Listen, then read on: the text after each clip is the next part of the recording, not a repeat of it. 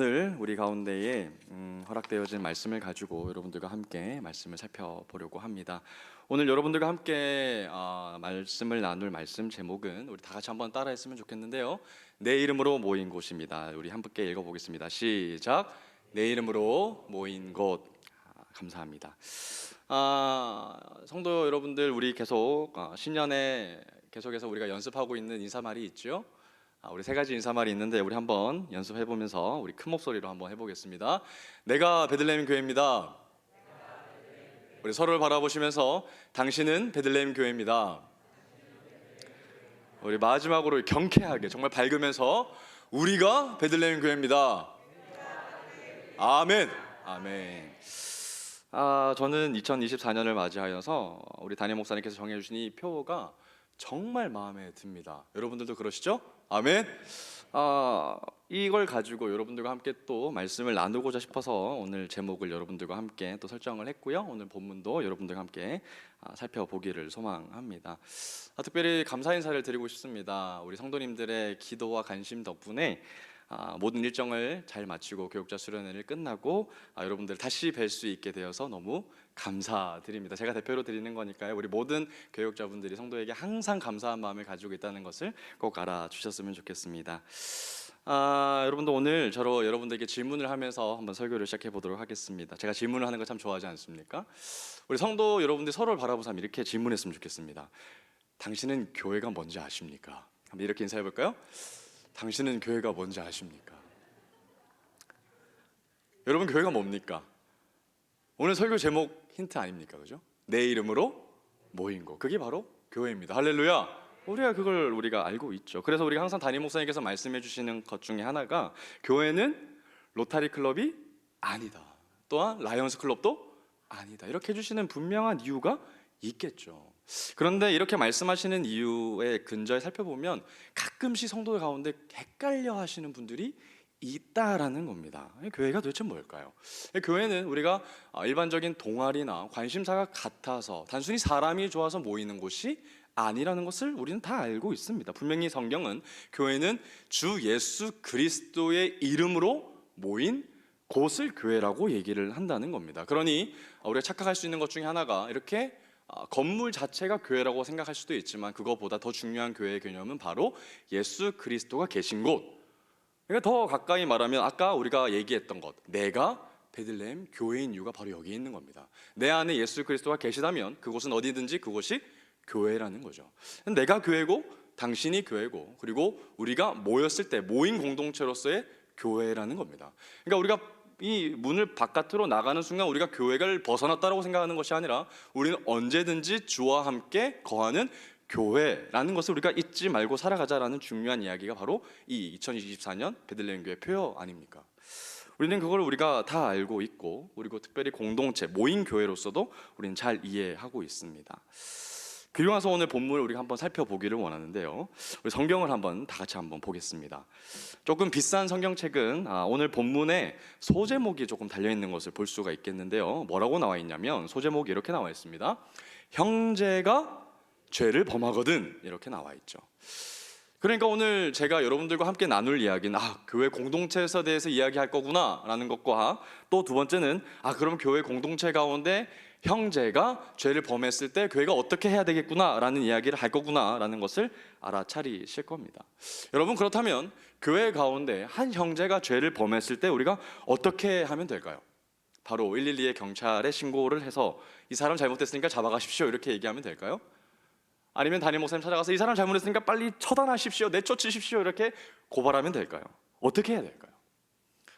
실제로 초대교회에서는 많은 교회 안에서 형제 가운데 죄를 범했던 경우가 많이 있고 종교 개혁사에 쭉 펴도 형제가 교회 안에서 죄를 범했던 경우는 참 많이 있습니다. 그럴 때 어떻게 해야 될까요? 그럴 때 어떻게 하면 좋을까요? 우리는 정답을 알고 있습니다. 뭘까요? 용서입니다. 할렐루야. 용서입니다.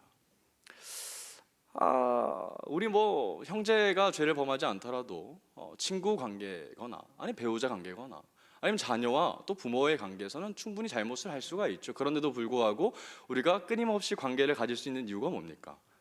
용서라는 하나님께서 놀라우신 선물 우리 가운데 허락해 주셨기 때문에 관계가 유지된다는 겁니다. 알고 있지만 용서가 쉽습니까? 어렵습니까? 어렵습니다. 쉽지 않습니다. 특별히 가족들과는 더 어렵습니다. 용서는 참 어렵습니다. 그러면 도대체 오늘 본문에서 이 교회 공동체 가운데, 이 모인 공동체로서의 이 교회 가운데 형제가 죄를 범했을 때 우리가 어떻게 해야 할까? 용서를 하면 될까라는 생각을 가지고, 그런 의문점을 가지고 여러분들과 함께 말씀을 살펴보기를 원합니다. 오늘 우리에게 허락되어진 그 본문의 첫 번째 구절 15절인데요, 우리 다 같이 한 목소리로 읽어보겠습니다. 시작.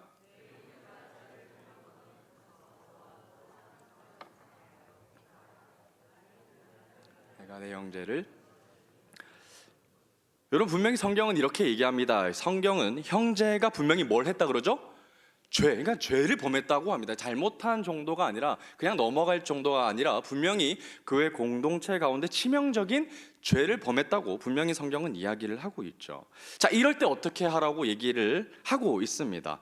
자, 뭐라고 얘기합니까? 자, 우선 너와 그 사람과만 뭐 하라는 겁니까? 얘기해 보라는 겁니다. 그러니까 일이 저질러졌을 때 그 사람을 찾아가서 1대1로서 얘기를 하라라는 겁니다. 그런데 그 이야기가 어떻게 얘기하라고 하면 권고라는 단어를 씁니다. 여러분, 권고가 뭡니까? 협박하고 막 치중하고 그런 것이 아니라, 압박을 가하는 것이 아니라 부드럽게 잘 다이름.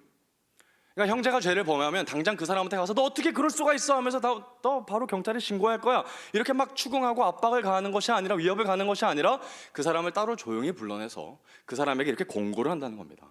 잘 타이르는 거죠.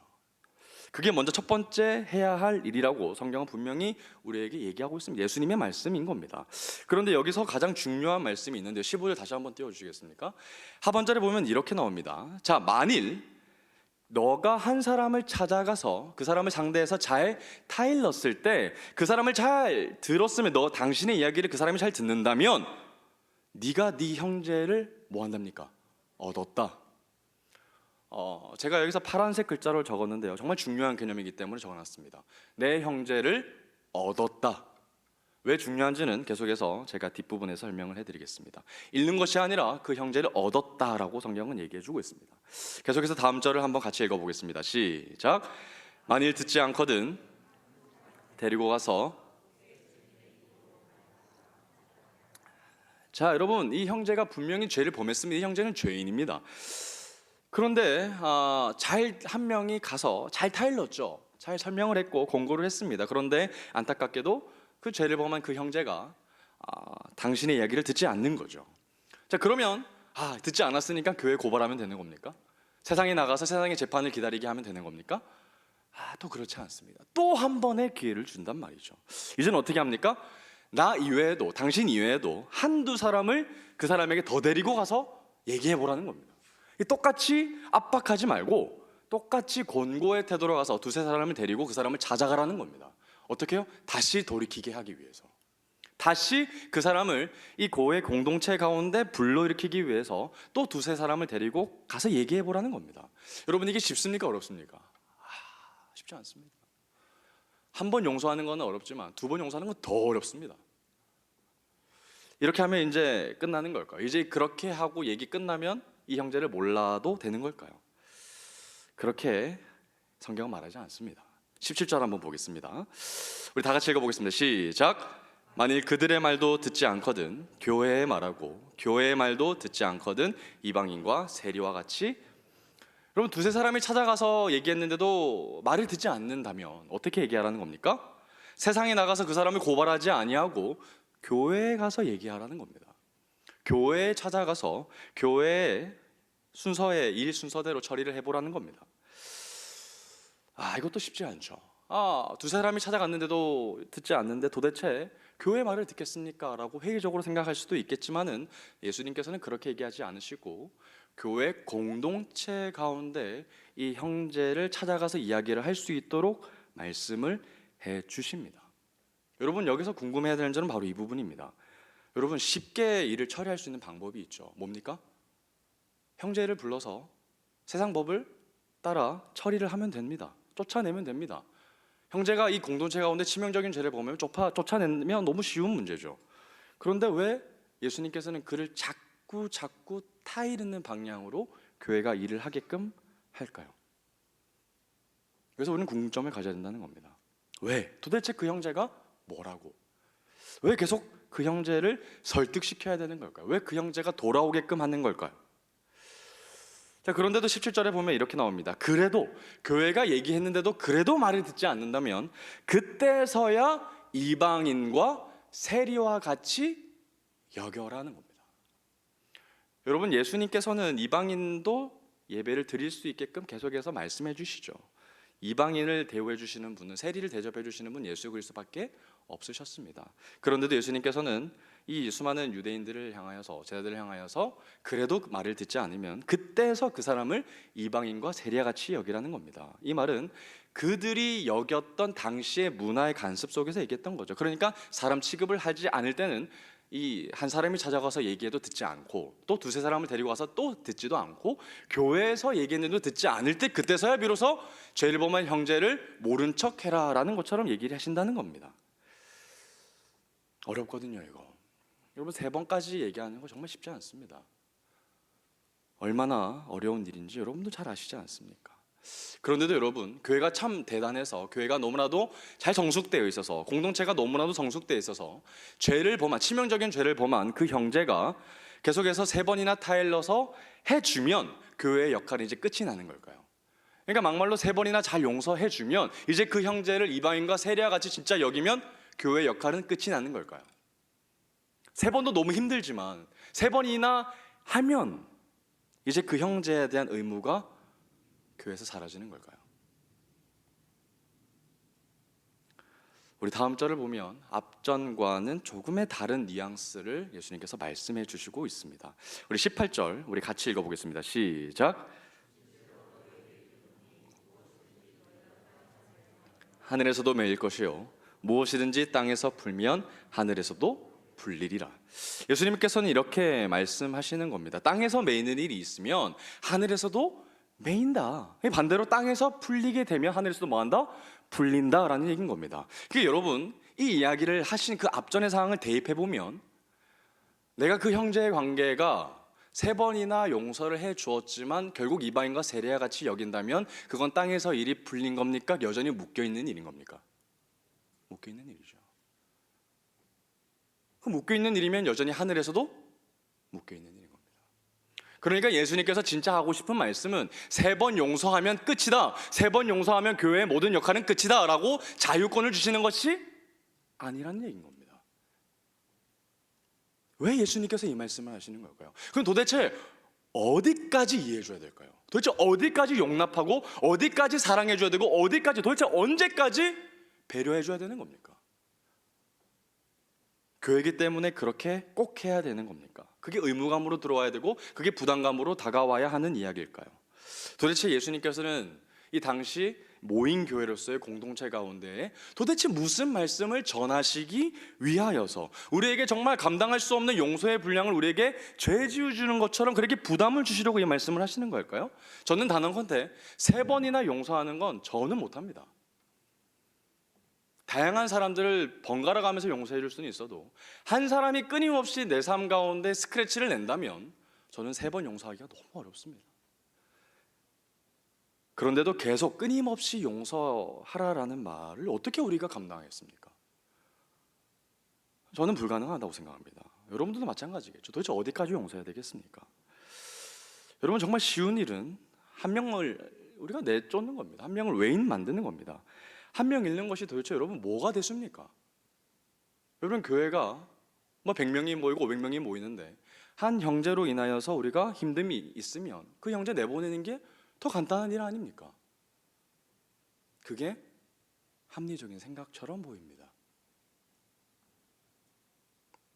그렇게 생각할까 봐, 그렇게 세상의 논리로 교회를 생각할까 봐, 아주 합리적으로 그렇게 세상적으로 생각할까 봐 예수님께서는 그 오해를 털어주시기 위하여서 이미 말씀을 통해 다 우리에게 말씀으로 보여주십니다. 우리 마태복음 18장 12절 우리 같이 읽어보겠습니다. 시작.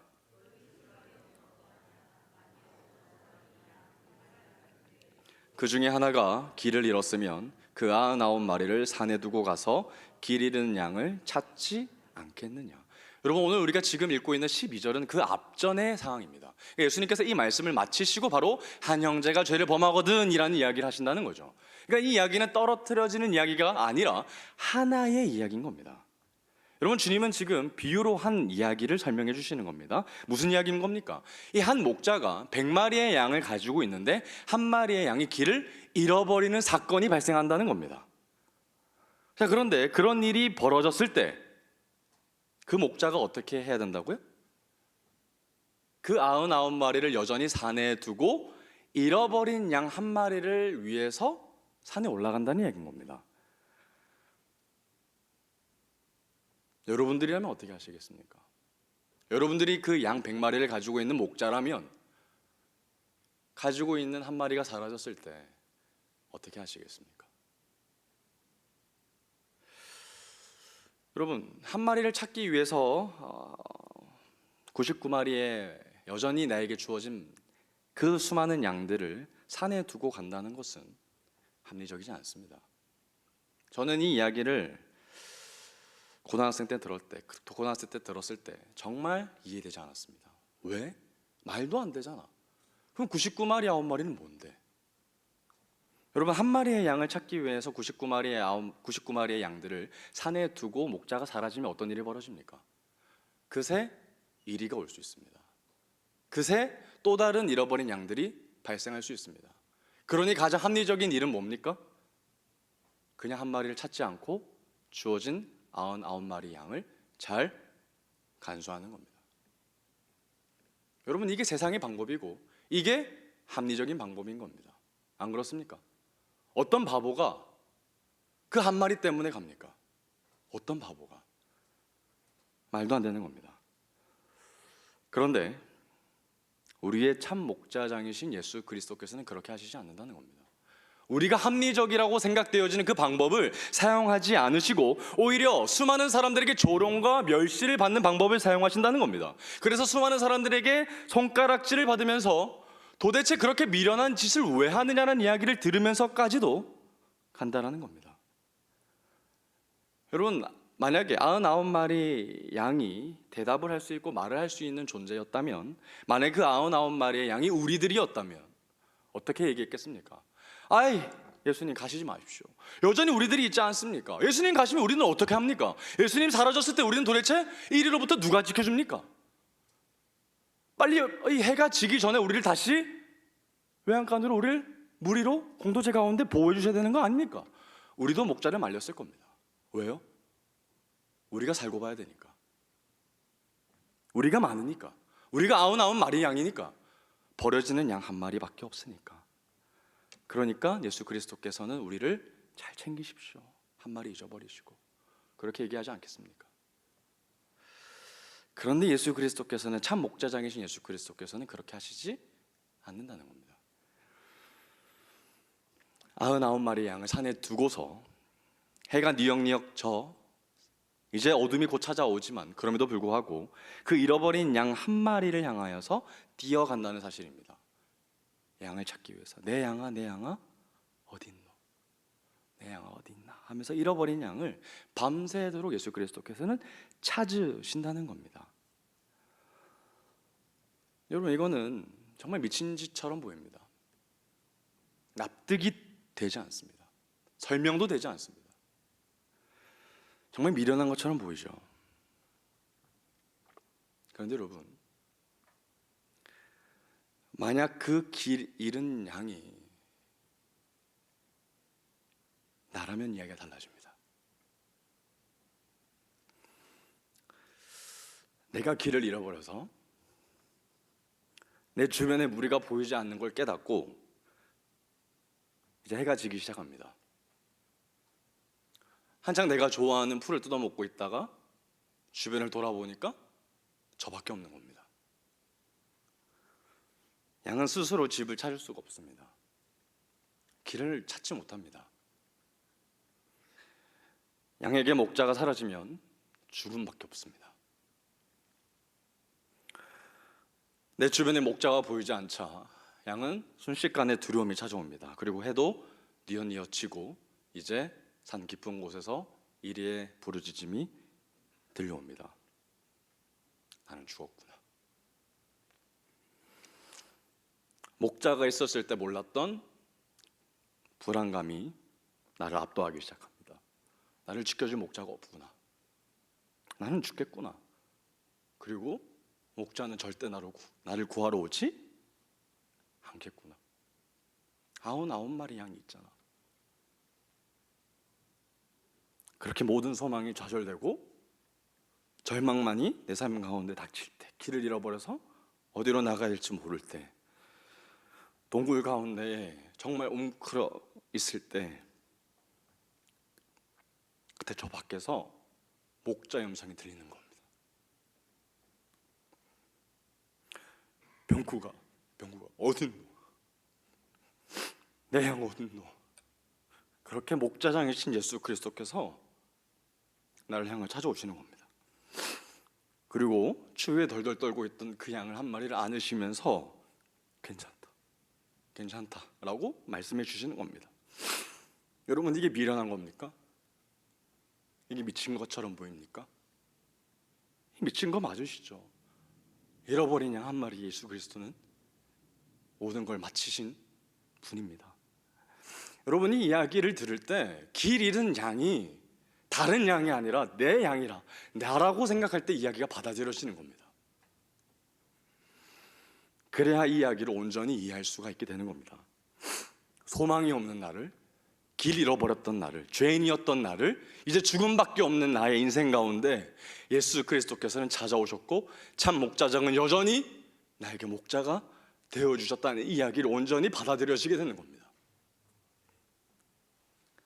그렇게 길 잃은 양 한 마리를 잃지 않으시고 얻으시기 위하여서 그분은 밤새도록 산을 헤매셨던 겁니다. 그렇게 한 마리를 잃은 것이 아니라 어떻게 하셨을까요? 얻었다. 한 마리를 얻었다. 우리 오늘 본문 15절에도 얻었다라는 표현이 나오죠. 우리 13절을 한번 같이 읽어보겠습니다. 13절 우리 같이 읽어보겠습니다. 시작.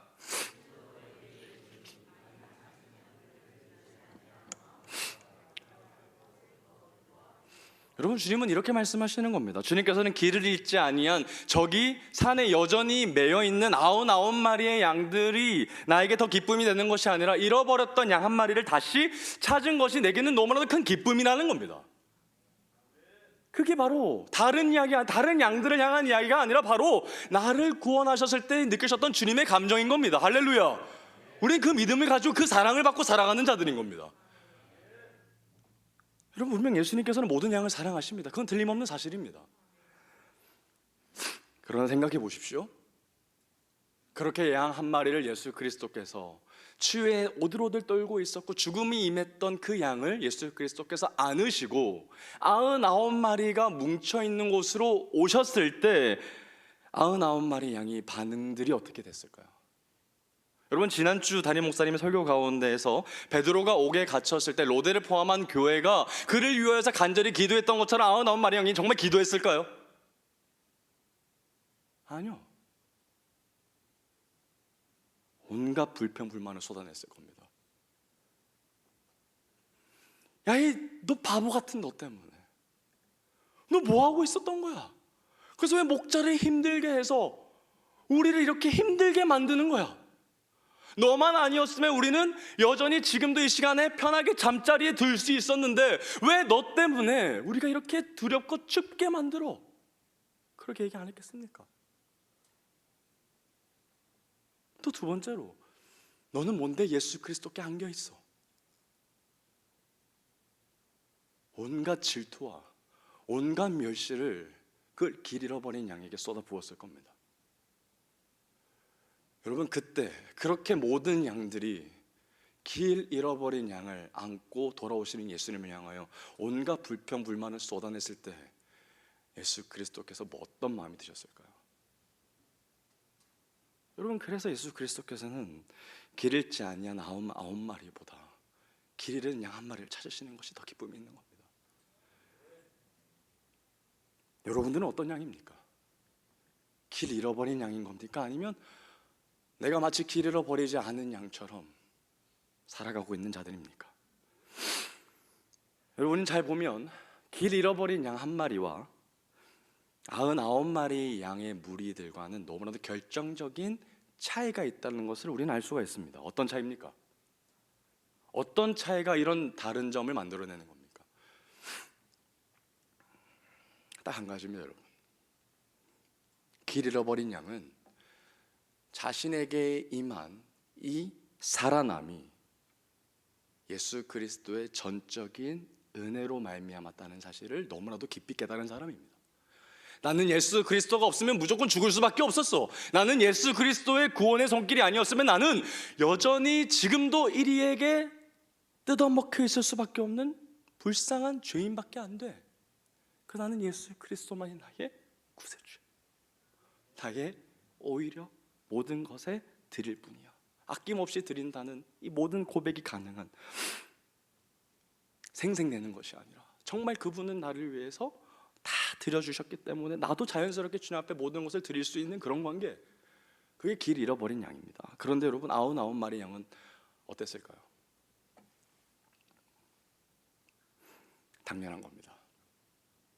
나는 목자가 있어. 나는 내게 목자가 있는 것이 너무 당연해. 왜냐하면 나는 양이기 때문에 그래. 그래서 목자가 나를 지키는 것은 너무 당연해. 그리고 목자가 나를 사랑하는 것도 당연해. 그는 나를 관리해줘야 되고 나에게 먹을 것을 줘야 되고 나에게 입힐 것을 줘야 되고 때에 따라서 반드시 나에게 은혜를 주어야만 해. 왜냐하면 그는 나의 목자이기 때문에 그래 라는 생각이 너무나 당연하게 있다면 우리는 99마리 양이 되는 겁니다. 여러분 제가 자주 하는 말이 있죠. 당연하지 않은 것을 당연하게 여기면 안 된다. 여러분 예수 그리스도께서 우리에게 베풀어진 사랑은 절대 당연한 것이 아닙니다. 절대로 당연한 것이 아닙니다. 그런데 그걸 당연하게 받아들일 때 우리는 구원의 감격이 당연하게 되는 겁니다. 여러분 복음 앞에서 당연한 건 없습니다. 항상 복음 앞에 우리는 눈물이 나와야 되고 구원의 감격이 날마다 새로워야 되는 줄 믿습니다. 아멘. 우리 14절 같이 읽어보겠습니다. 시작.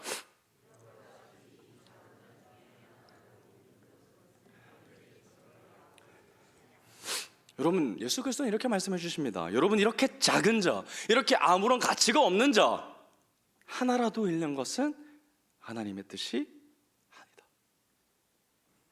길 잃은 한 명을 얻는 것이 아버지의 뜻이라고 말씀해 주시는 겁니다. 잃는 것이 그분의 뜻이 아니라 얻는 것. 길 잃은 양, 길 잃은 나. 구원자가 없으면 절대로 살아갈 수 없는 죄인을 한 사람 살리시고 구원하시는 것, 그것이 아버지의 뜻이라는 겁니다. 아멘. 그러니 오늘 본문 15절의 이야기가 너무나도 이해가 되는 겁니다. 우리 15절 다시 읽어봅니다. 시작. 내 형제가 죄를 범하거든 너와 그 사람과만 상대하여 권고하라. 만일 들으면 내가 내 형제를 얻은 것이요. 잊지 마라. 교회 공동체 가운데 우리 가운데 이렇게 말씀해 주시는 겁니다. 잃는 것은 나의 뜻이 아니다. 얻어야 한다. 얻는 것이 내 뜻이다라고 말씀해 주시는 겁니다. 그러니 여러분 어떻게 한 형제를 너무나도 쉽게 숫자의 논리로 합리적으로 내쫓을 수 있겠는 겁니까? 그럴 수 없는 겁니다. 오늘 조금 더 아버지의 마음으로 깊게 한번 들어가 보겠습니다. 우리 마태복음 18장 21절 22절 한번 같이 읽어보겠습니다. 우리가 읽은 본문 뒷부분에 대한 이야기인 겁니다. 이것도 같이 연결되어 있는 이야기인데요. 18장 21절 22절 다 같이 읽어봅니다. 시작.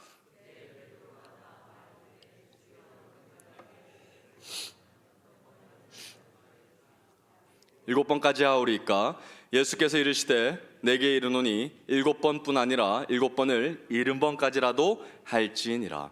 여러분 이 이야기를 듣던, 그러니까 내 형제가 교회 공동체 가운데 죄를 범했을 때 3번 용서를 해라라는 이야기를 듣고 베드로가 이렇게 생각하는 겁니다. 칭찬받고 싶거든요 베드로는. 그래가지고 베드로가 예수님 앞에 예수님의 말씀을 들었으니까 좀 피드백을 해야 될 것 같은데 내가 어떻게 대답하면 좀 칭찬을 받을 수 있을까 이렇게 생각을 해가지고 베드로가 이렇게 생각하는 겁니다. 3번? 3번 어렵지만 3번 할 수 있지. 그런데 그렇게 정도에서는 예수님께서 날 칭찬해 주시지 않으실 것 같아. 그래서 몇 번 얘기하는 겁니까? 7번 얘기하는 겁니다. 여러분 7번 쉽습니까? 어렵습니까? 불가능합니다, 여러분.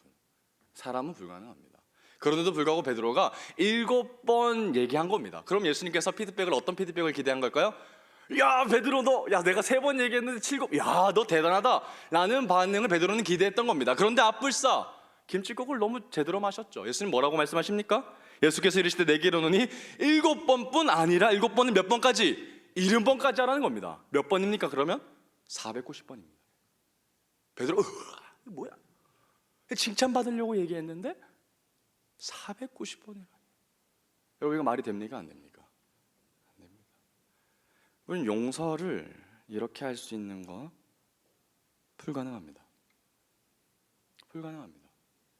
그런데 예수 그리스도께서는 왜 우리에게 이렇게 말도 안 되는 어려운 일들을 얘기하시는 걸까요? 한 사람에게 500번이라는 숫자를 어떻게 용서하라는 걸까요? 그러면 실제로 우리가 490번 용서하면 그 뒤로는 용서해 주지 않아도 되는 걸까요? 그렇지 않은 겁니다. 예수님께서는 무궁히 용서하라는 겁니다. 무한적으로. 불가능하죠. 우리 힘으로는 도저히 할 수가 없는 겁니다. 그럼에도 불구하고 예수 그리스도께서는 왜 이야기를 하시는 걸까요? 도대체 우리가 할 수 없는 일들에 대해서 왜 이야기하실까요? 그리고 이어지는 본문의 내용이 뭐냐면 그 유명한 만달란트 빚진 자 이야기가 나옵니다. 여러분 다 아시죠? 만달란트 빚진 자. 여러분 만달란트를 지금의 돈으로 한 사람이 얼마 정도 된다고 생각하십니까? 제가 지금의 환율로 한번 계산을 해보니까요, 자그마치 6조에 해당됩니다. 이건 갚을 수 있습니까? 없습니까? 없습니다. 불가능합니다. 한 사람이 6조라는 금액을 벌려면 여기 뭐 근처에 있는 회사에 다니시는 분들은 아마도 신라시대 때부터 일하셔야 됩니다. 그래야 갚을 수 있을지 모르겠습니다. 그것도 한 푼도 안 쓴다는 가정하에 말이죠. 여러분 그렇게 하실 수 있는 분이 있으십니까? 없죠. 불가능합니다. 여러분 그럼 6조라는 말은 만달란트 빚졌다라는 말은 무슨 말입니까? 한 사람이 한 평생을 수고하여도 절대로 갚을 수 없는 금액, 도저히 갚을 수 없는 금액이라는 겁니다. 그러면 이 사람은 완벽하게 죄인입니다. 절대로 의인이 될 수 없는 완벽한 죄인. 그 사람 평생 죽을 때까지 죄인인 겁니다. 그런데 이 자에게 도대체 무슨 일이 벌어지죠? 우리 18장 26절 한번 읽어보겠습니다. 시작. 그 종이 엎드려 절하며 이르되 내게 참으소서 다 갚으리이다 하거늘. 여러분 이 자가 지금 주인 앞에 나와서 이렇게 얘기하는 겁니다. 내게 참으소서, 당신의 화를 참으시고 내가 다 갚겠습니다 라고 얘기합니다. 여러분 이거 진실입니까? 거짓입니까? 거짓입니다. 일단 살고 보려는 수작이죠. 절대로 한 사람이 6조를 갚을 수가 없습니다. 그런데 이 자에게 놀라운 일이 벌어집니다. 마태복음 18장 27절입니다. 그 종의 주인이 불쌍히 여겨 놓아 보내며 그 빚을 탕감하여 주었더니. 여러분 근데 여기서 놀라운 일이 뭡니까? 주인이 그 죄인을 뭐 했다? 불쌍히 여겼다. 불쌍히 여겼다라는 겁니다. 여러분 우리가 지나가다가 연약한 사람들을 보면 불쌍히 여길 수 있습니다. 그런데 그 사람의 삶을 직접적으로 도와주는 것까지는 하지 못합니다. 여러분 그런데 이 주인은 단순히 불쌍히 동정만 하는 것이 아니라 그 사람이 가지고 있는 실제적인 문제를 뭐합니까? 해결해 줍니다. 갚을 수 없는 6조의 금액을 해결해 준다는 겁니다. 여러분 분명한 것은 주인에게는 아무렇지 않게 한 개인에게 6조라는 어마어마한 금액을 쉽게 빌려줄 수도 있기도 한 반면에 그 6조라는 어마어마한 금액을 그냥 쉽게 탕감할 수 있을 정도로 어마어마한 능력이 주인에게 있다는 사실이 여기 전제되어 있습니다. 그분이 누구십니까? 우리 아버지 하나님입니다. 갚을 수 없는 빚, 우리의 능력으로는 도저히 할 수 없는 이 죄를 예수 그리스도의 보혈로 말미암아 하나님 아버지께서는 뭘 주셨습니까? 탕감해 주셨습니다. 우리의 잘남도 아니고 우리의 능력도 아닙니다. 그런데 문제는 뭡니까? 이 만달란트 빚진 자가 자기의 탕감받은 것을 어떻게 생각하죠? 당연하게 생각합니다. 잊어버립니다. 그게 문제죠. 우리 마태복음 18장 28절 30절까지인데요. 제가 한번 읽어보겠습니다. 어떤 일이 벌어지냐면요, 그 종이 나가서 자기에게 100데나리온 빚진 동료 한 사람을 만나 붙들어 목을 잡고 이르되 그 빚을 갚으라 하매 그 동료가 엎드려 간구하여 이르되 나에게 참아 주소서 갚으리다 하되 허락하지 아니하고 이에 가서 그가 빚을 갚도록 옥에 가두거늘. 여러분, 이 사람은 6조를 탕감받은 자입니다. 그런데 얼마를 빚지게 만들었습니까? 100데나리온입니다. 100데나리온은 여러분 100일 정도의 노동값 정도 해당되니까 뭐 한 10만 원 정도 내가 일당을 받는 사람들이라면 한 1000만 원 정도 해당되는 겁니다. 1000만에서 1500만 원 정도. 그 정도에 되는 금액을 빚진 자가 자신에게 있으니까 그 사람을 잡아서 목을 잡고 흔들고 빚을 갚아라고 얘기하는 겁니다. 저작거리에 나가서 수많은 사람들이 보는 거기서 면목이 없게끔 만드는 거죠. 완전히 수치스럽게 만들어버리는 겁니다. 그리고 나서 그 사람에게 이 동료가 엎드려서 간구해서 좀 참으셔 달라고 부탁을 하죠. 마치 자기가 옛날에 했던 모습을 오버랩처럼 보여주는 겁니다. 그런데도 자기의 옛날 모습을 생각하지 아니하고 떠올리지 아니하고 허락하지 않죠. 그리고 와서 30절에 보면 이에 가서 그가 빚을 갚도록 어디에 가둡니까? 옥에 가두어 버립니다. 여러분, 빚을 진짜 갚게 만들려면 어떻게 해야 됩니까? 일을 하게끔 만들어야죠. 그런데 옥에 가뒀다는 건 뭡니까? 용서할 생각이 있다 없다? 없다라는 겁니다. 화풀입니다. 여러분, 1000만 원 큽니다. 작지 않습니다. 왜 100데나리온이라고 얘기했을까요? 작지 않다.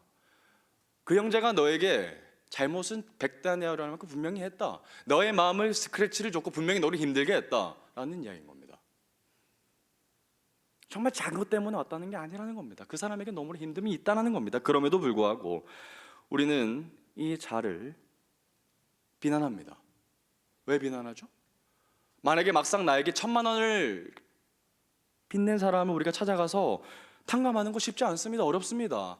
분명히 이 자는 잘못한 게 없는 것처럼 보이지만 그럼에도 우리는 이 자를 비난할 수밖에 없는 이유가 있죠. 그게 뭡니까? 어떤 사실 때문에? 6조를 탕감받았다는 사실 때문입니다. 평범한 사람이 아니죠.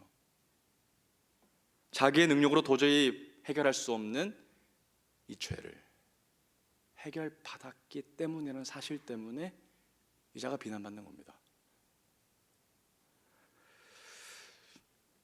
또 그렇게 해야 되는 이유가 뭘까요?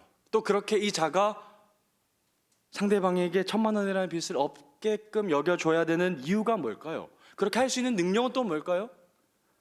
자신이 용서받았다는 사실 때문에, 도저히 갚을 수 없는 사실, 정말 내가 이전에 한 주인으로부터 6조라는 갚을 수 없는 죄를 용서받았다는 사실을 알 때 비로소 가능한 일인 겁니다. 마태복음 18장 34절, 33절 볼게요. 내가 너를 불쌍히 여긴과 같이 너도 너의 동료를 불쌍히 여김이 마땅하지 아니하냐고. 여러분, 내게 빚진 1000만 원의 이 사람은 내게 모르는 사람, 나와 관계가 없는 먼 사람이 아닙니다. 남이 아닙니다. 내 동료입니다. 이미 알고 있던 사람, 내 가족, 내 이웃, 내 교회 공동체원. 그 자를 뭐해라? 단순히 불쌍히 여겨라가 아니고 내가 너를 불쌍히 여겼던 것처럼, 내가 너에게 모든 6조를 탕감시켜 주었던 것처럼 불쌍히 여겨라는 겁니다. 그리고 나서 이제 진짜 예수 그리스도의 마음이 오늘 본문 19절과 20절에서 드러납니다. 우리 같이 읽어보겠습니다. 시작. 진실로 다시 너에게 이르노니 너희 중에 두 사람이 땅에서 합심하여 무엇이든지 구하면 하늘에 계신 내 아버지께서 그들을 위하여 이루게 하시리라. 두세 사람이 내 이름으로 모인 곳에는 나도 그들 중에 있느니라. 여기서 제일 중요한 말은 19절에 합심이라는 단어입니다. 우리 19절 한번 보여주시겠습니까? 합심. 교회 공동체가 주 예수 그리스도의 이름으로 모인 그 모인 교회가 합심한다는 게 가장 중요한 이야기인 겁니다. 땅에서 풀려지는 것이 너무 중요한 겁니다. 그럴 때, 합심할 때 진짜 우리 베들레헴 교회가 딴 마음을 품고 있는 것이 아니라 정말 하나가 될 때, 정말 주 안에서 합심하여서 주 앞에 기도하며 나아갈 때 예수 그리스도께서는 뭐 하신다? 이곳에 함께 하신다. 할렐루야. 아멘. 그게 진짜 주님이 원하시는 교회입니다. 여러분, 그래도 용서가 어렵습니까? 그래도 용서가 부담이 됩니까? 그래도 용서를 해야만 하는 사람이 떠오르지 않고 나에게 용서를 구해야 될 사람이 떠오릅니까?